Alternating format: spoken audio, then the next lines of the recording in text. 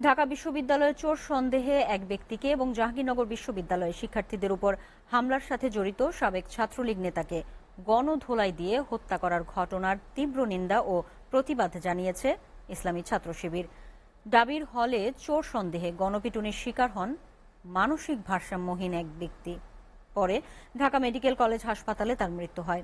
জাহাঙ্গীরনগর বিশ্ববিদ্যালয়ে ১৬ জুলাই রাতে শিক্ষার্থীদের উপর হামলার অন্যতম কারিগর ৪৯তম ব্যাচের শিক্ষার্থী ও সাবেক ছাত্রলীগ নেতা শামীম মোল্লাকে গণধোলাই দিয়ে বিশ্ববিদ্যালয়ের প্রেক্টোরিয়াল বডির হাতে তুলে দেয় শিক্ষার্থীরা। পরে চিকিৎসাধীন অবস্থায় তারও মৃত্যু হয়।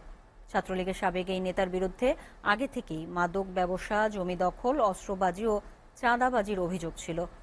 শিবিরের কেন্দ্রীয় সভাপতি মঞ্জুরুল ইসলাম ও সেক্রেটারি জেনারেল জাহিদুল ইসলাম এক যৌথ বিবৃতিতে বলেন, বিপ্লবোত্তর পরিস্থিতিতে প্রতিহিংসা ও প্রতিশোধ স্পৃহা একটি সাংস্কৃতিক রূপ নিচ্ছে, যা হাজার হাজার ছাত্র জনতার জীবনের বিনিময়ে অর্জিত সাফল্যকে ম্লান করে দিতে পারে।